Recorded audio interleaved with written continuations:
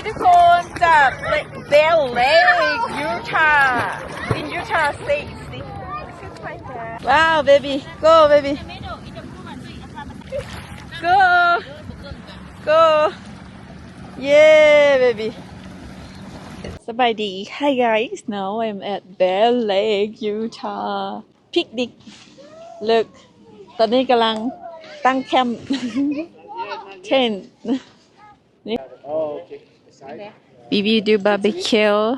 and papaya salad here for sure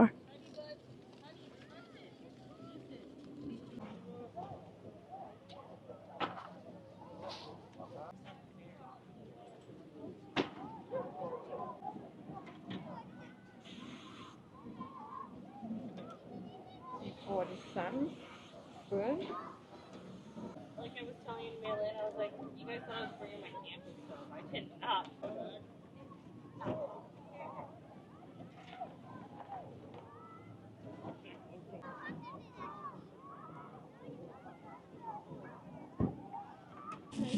See?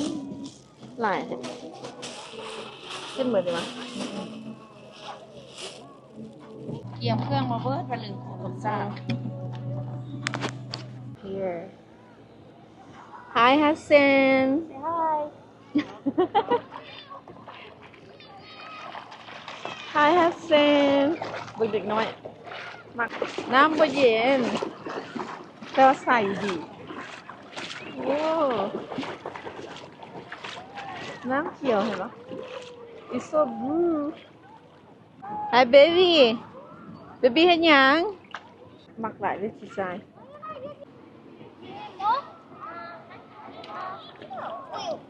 Right here it is. It's so blue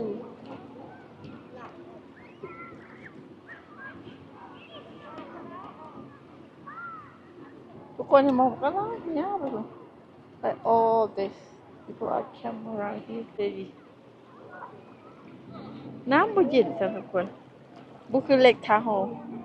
เหล็กอันนี้บ่เย็นเอาลงไปใกล้ๆเบิ่งดูใส่ได้นะบ่ใส่โอ้เย็นอยู่แคมป์บ่เย็นแต่ว่าย่างมาละเย็นว้าวใส่ดีขนาดเลยว้าวเย็นดีใส่ว้า Kids! I like it better board เอ้านี่บาร์บีคิวอย่างนี้ บาร์บีคิวบีฟกับโคกก็มีทั้งสองอย่าง มีซี่งัวนะ โคกกับชิ้นงัว นี่เอาไว้เลยนี่ก็เข้ากัน คือหน้าถ้าปักไปแค่ เลี้ยงเสร็จส้มไว้ให้กินได้ให้จ้ำกินเนี่ยชอบสนิทกันได้ไม่เหลือเอาสิกินอ่ะ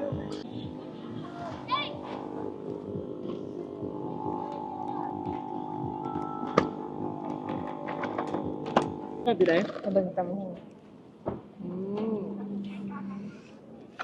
ดีค่ะเป็นนัวไปแล้วให้ซุปเปอร์นัวเลย กินปลาเขาวางนี่ อุ้ยอย่างเลย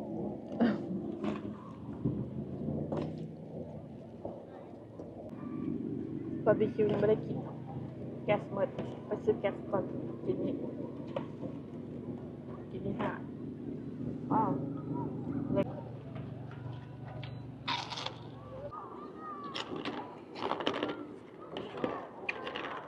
มันจะสลิมหาเขากินเบอร์เกอร์ยังไม่อยากได้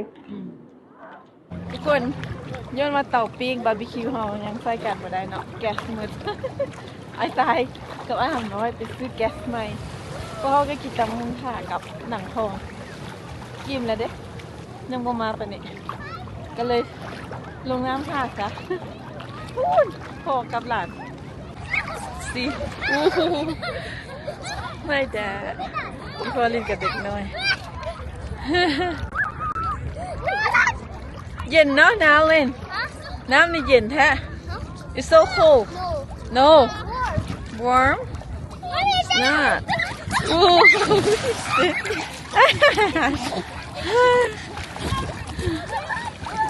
They're fun Baby รออยู่กลางน้ำเอามันสิออกมา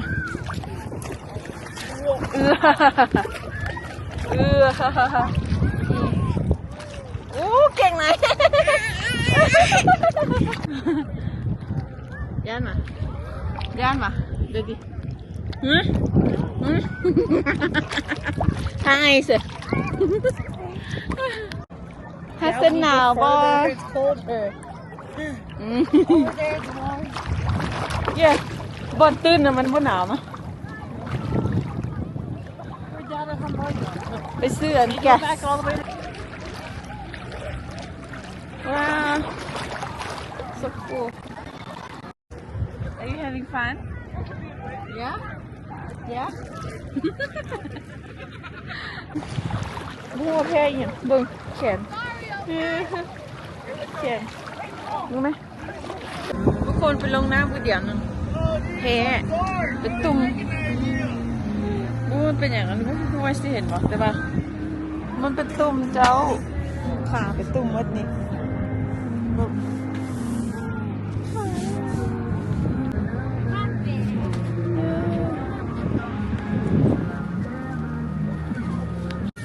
แกสมาแล้วนี่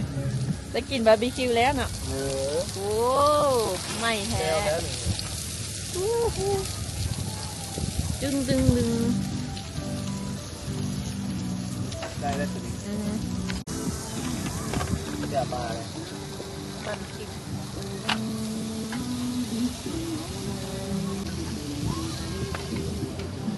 กินได้ละ เบิ้งนี่ไหน ว้าว baby go baby baby go ไปนั่งข้างกลางไปนั่งข้างกลางขึ้น yeah like that โอเคgo go yeah baby go baby ว้าบ่ได้เบาโพดคักบ่พอมาเที่ยวเนี่ยคักบ่ น้ำนี่วะ คักหนาวอยู่เนาะ เวียนทอด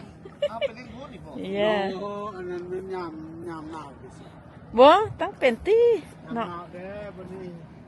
มาเพื่อยมันมีต้นไม้หลายมีบ่มี เบบี้ม่วนบ่ clean up อ่ะโอ้มันฮู้จักความแท้ฮู้จัก clean อีก baby Good job รสลินเก่งหลาย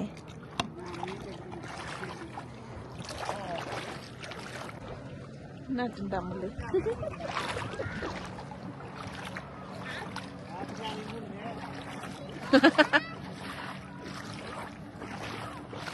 Come on น้ำเล่น quality นะ น้ำดื่นงามขนาดเลยยังน้ำมาไหม เนาะ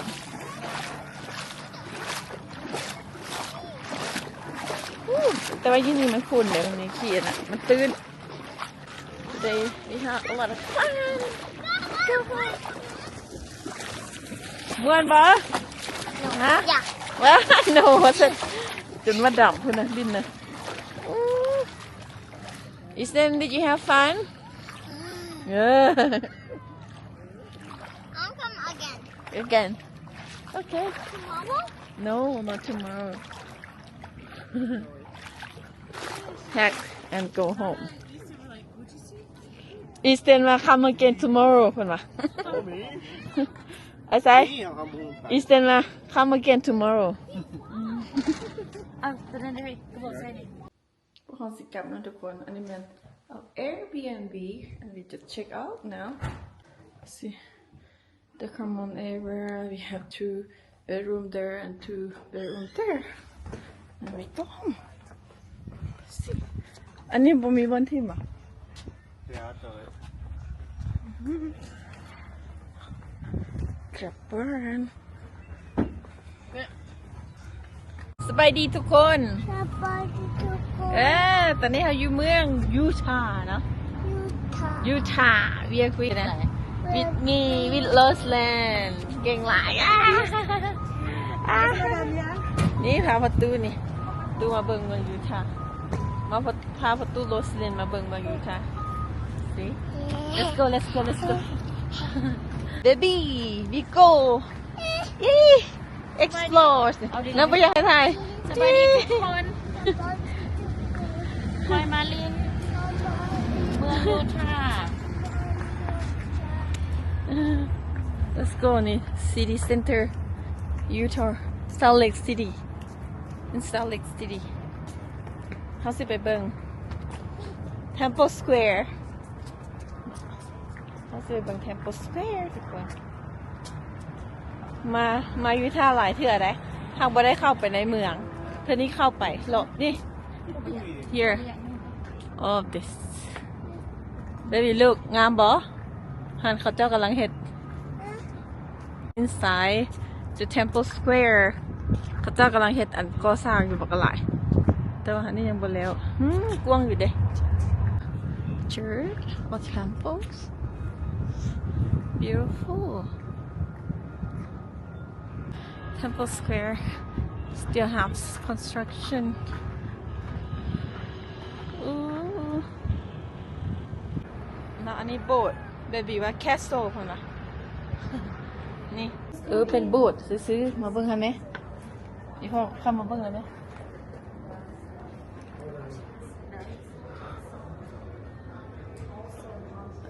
it's a church the church outside beautiful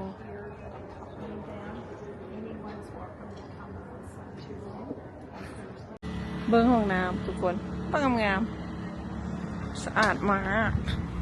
ใส่เบิ่งได้ข้างในเข้าไปจะบ้านห้องเรา VIP เข้าไปแล้วก็หอมอีกแล้วนะเข้าไปข้างในหอมเป็นจังซี่ก็เป็นตะยะทายอยู่ แบบมีความสุข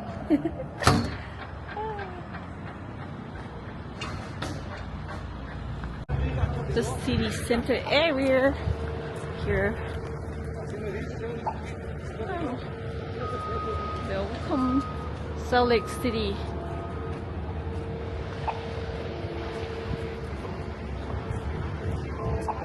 We go shopping. What you want, baby? What you want, baby? Toy. No toy in here. เด็กน้อยวัยรุ่นก็มาซื้อเครื่องYou want toy? No toy here. No toy here. Let's go.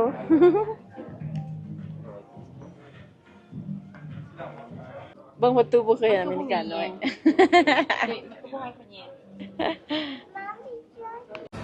Cool. This is ice cream shop with all the beautiful candy. Now baby, not งามบ่ baby? งามบ่ Wow. Baby. Yeah.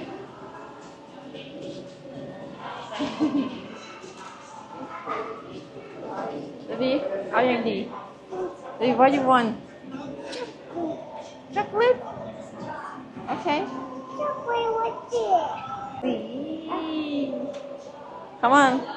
เอานั่งกับประตูนี่เอากิน Wow. This ice cream shop. So cool.